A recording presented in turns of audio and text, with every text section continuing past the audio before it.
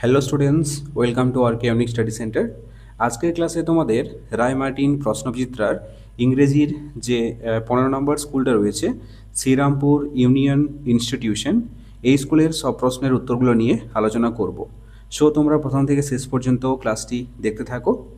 আর তোমরা যদি এর প্রত্যেকটা স্কুলের অ্যান্সার পিডিএফগুলো নিতে চাও, তাহলে তোমরা স্ক্রিনে দেওয়া হোয়াটসঅ্যাপ নাম্বারে আমাকে মেসেজ করতে পারো। ওকে, তাহলে চলো দেখো সিনে কি বলেছে।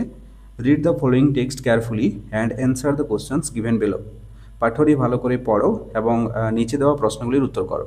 তাহলে দেখো এই সিনটা তোমাদের মাই স্কুল ডেজ থেকে দেওয়া হয়েছে, সত্যজিৎ রায়ের লেখা। তোমাদের যেহেতু 14 নম্বর স্কুলে এই সিনটা দেওয়া ছিল, সেক্ষেত্রে আমি এই সিনটা পড়াচ্ছি না তোমাদেরকে। 14 নম্বর স্কুলে অর্থাৎ এর আগের ক্লাসটাতে তোমরা বাংলা অনুবাদ সহ ভালো করে পড়িয়ে দিয়েছি, সেখানে পেয়ে যাবে। ঠিক আছে, তাহলে আমি শুধু প্রশ্নগুলো করাচ্ছি। দেখো প্রথমে কি বলেছে, দেখো অ্যান্সার দ্য ফলোয়িং কোশ্চেন্স, নিচের প্রশ্নগুলির উত্তর দাও। এটা দেখো, to which school was the author admitted, কোন বিদ্যালয়ে লেখক ভর্তি হয়েছিলেন। তাহলে উত্তরটা দেখো, the author was admitted to Ballygunge government high school. লেখক ভর্তি হয়েছিলেন বালিগঞ্জ সরকারি উচ্চ বিদ্যালয়ে। এরপর বিয়েটা দেখো, what was the school hall used for. বিদ্যালয়ের যে হল ছিল, সেই হলে কি কি কাজে ব্যবহার হতো। তাহলে দেখো এর উত্তরটা, the school hall used for annual prize distribution ceremonies. বার্ষিক পুরস্কার বিতরণের যে অনুষ্ঠান, সেই জন্য এই হলটা ব্যবহার করা হতো। এবং কি হতো, feasts on the occasion of Saraswati puja, Saraswati পূজাতে যে খাওয়া দাওয়া হতো সেটাও এই হলেই অনুষ্ঠিত হতো।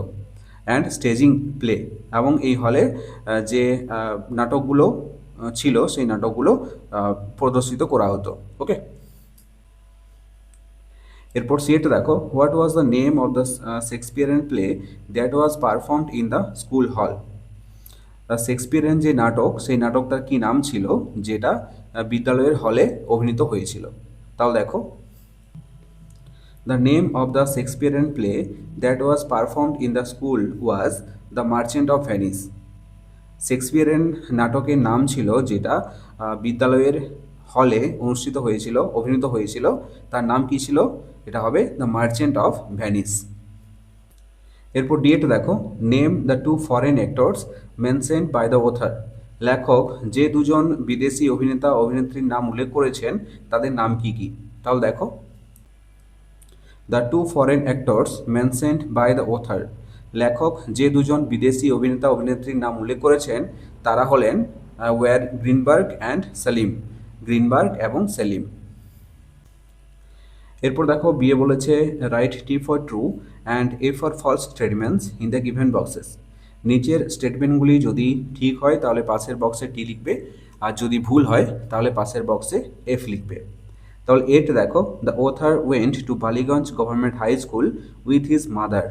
লেখক বালিগঞ্জ সরকারি উচ্চ বিদ্যালয়ে গিয়েছিলেন তার মায়ের সঙ্গে। এটাকে ঠিক না, এটা ঠিক নয়, কারণ তিনি বিদ্যালয়ে গিয়েছিলেন তার মামার সঙ্গে। তাহলে এটা হবে ফলস, অর্থাৎ এফ। বিয়েটা দেখো, the Ballygunge government high school is on the eastern side of the Beltala station, Beltala police station. Beltala police স্টেশনের পূর্ব দিকে বালিগঞ্জ সরকারি উচ্চ বিদ্যালয়টি অবস্থিত ছিল। এটা সঠিক স্টেটমেন্ট, তাহলে পাশে হবে টি। সিএটা দেখো, the southern part of the school was the playground. বিদ্যালয়ের যে দক্ষিণ দিকটা ছিল, সেই দক্ষিণ দিকে ছিল বিদ্যালয়ের খেলার মাঠ। এটাও ঠিক, তাহলে পাশে হবে টি। এরপর ডিএটা দেখো, when seen from above the author's school looked like the English letter L. লেখকের বিদ্যালয়টিকে উপর থেকে যখন দেখা হতো তখন বিদ্যালয়টিকে লাগতো ইংরেজি অক্ষরের এল এর মতো। এটাকে ঠিক, এটা ঠিক নয়, কারণ উপর থেকে যখন দেখা হতো তখন লেখকের বিদ্যালয়টিকে লাগতো ইংরেজি অক্ষরের টি এর মতো, তাই না? তাহলে এটা হবে ফলস, অর্থাৎ এফ। এরপর দেখো তোমাদের সবচেয়ে গুরুত্বপূর্ণ অংশ, গ্রামার অ্যান্ড ভোকাবুলারিতে কি বলেছে। Pick out the verbs from the following sentences. নিচের বাক্যগুলির মধ্য থেকে ভার্ব বা ক্রিয়াগুলিকে বাছতে হবে, অর্থাৎ নির্বাচন করতে হবে। তাহলে দেখো এটা কি বলেছে। আচ্ছা, প্রথমে তোমাদেরকে জানতে হবে যে ভার্ব কাকে বলে। ভার্ব হলো যে শব্দ কাজ, অবস্থা বা ঘটনা বোঝায় তাকে বলা হয় ভার্ব। তোমরা একটা জিনিস মনে রাখবে, যে শব্দ দ্বারা কোনো কাজ বোঝায়, কাজ করা বোঝায়, সেটাকে ভার্ব বলে, ঠিক আছে? এইটা দেখো, রাইট এ লেটার, একটি চিঠি লেখো। তাহলে এখানে কোন শব্দটির দ্বারা কাজ বোঝাচ্ছে? রাইট, এই শব্দটির দ্বারা কোনো একটা কাজ বোঝাচ্ছে, তাই না? রাইট মানে লেখা, লিখছে, একটা কাজ করছে, তাহলে রাইট এটা হবে ভার্ভ। তারপর বিয়ে দেখো, we run in the field, আমরা মাঠে দৌড়াই। এখানে রান কাজ করা বোঝাচ্ছে, দৌড়াচ্ছে মানে কাজ করছে, তাই না? তাহলে রান এটা হবে ভার্ভ। তারপর তিনে দেখো, fill in the blanks with suitable verbs, শূন্যস্থানগুলিতে সুইটেবল ভার্ভ বসাতে হবে। তাহলে এট দেখো, the bird dash in the cage, এটা হবে the bird is in the cage. তারপর বি আছে দেখো, I dash the bird very much, এটা হবে I love the bird very much. তারপর চারে দেখো, fill in the blanks with suitable adverbs, suitable adverb দিয়ে শূন্যস্থানে বসাতে হবে। তাহলে এট দেখো, ডু নট টক ড্যাশ, এটা হবে ডু নট টক লাউডলি। বিয়ে দেখো, হি উইল কাম ড্যাশ, এটা হবে হি উইল কাম টুমরো। পাঁচে দেখো, pick out the preposition from the following sentences, নিচের বাক্যগুলির মধ্য থেকে প্রিপোজিশনগুলো বাছতে হবে। তাহলে দেখো, প্রথমে প্রিপোজিশন কোথায় বসে সেটা তোমাদেরকে দেখতে হবে।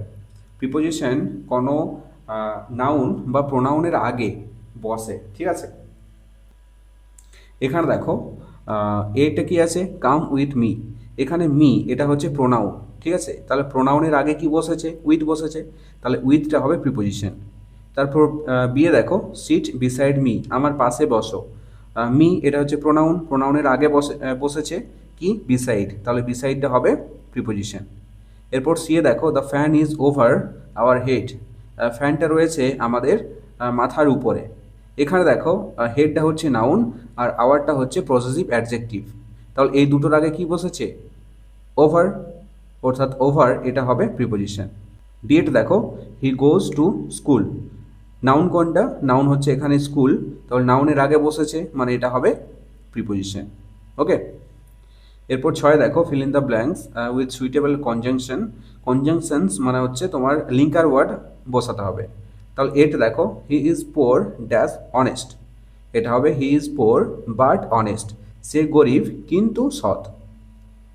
বিএড দেখো, he is strong in English dash weak in mathematics, এটা হবে he is strong in English but weak in mathematics, সে ইংরেজিতে শক্তিশালী কিন্তু গণিতে দুর্বল। এরপর সাথে দেখো, কি বলেছে, ট্রান্সলেট ইনটু ইংলিশ, এখানে বাংলাতে বাক্য রয়েছে, এগুলিকে ইংরেজিতে লিখতে হবে। প্রথমে দেখো, এই বাগানের ফুলগুলি সুন্দর, এটা কি হবে? The flowers in this garden are very beautiful. তারপর বিয়ে আছে, পাখিটির দিকে তাকাও, এটা হবে লুক অ্যাট দ্য বার্ড। বোঝা গেল? এরপর দেখো রাইটিং স্কিল, রাইটিং স্কিলে কি বলেছে? রাইট এ লেটার, একটি চিঠি লেখো, টু ইয়োর ফ্রেন্ড, তোমার বন্ধুকে, ইনভাইটিং হিম মানে তাকে নিমন্ত্রণ করার জন্য, to attend your birthday party মানে তোমার জন্মদিন হবে, তোমার জন্মদিনে উপস্থিত থাকার জন্য তোমার বন্ধুকে একটি চিঠি লেখো।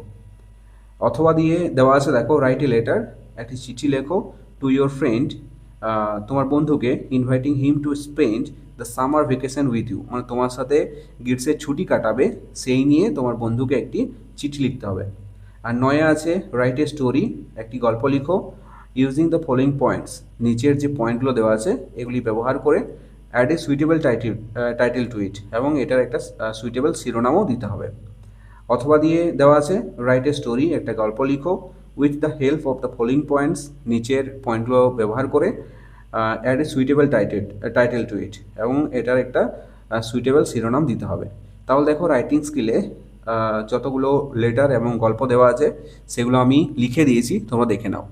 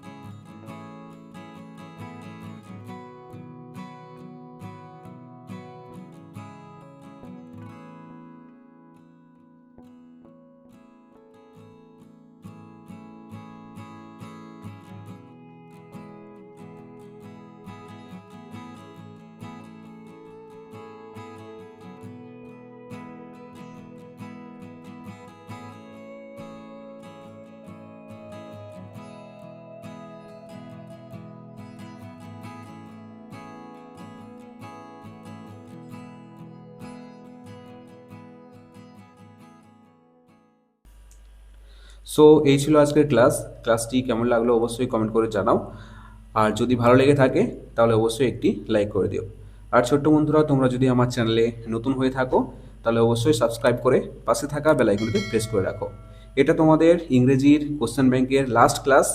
এরপর তোমাদের থার্ড সামারটিভে দেখা হবে, ঠিক আছে?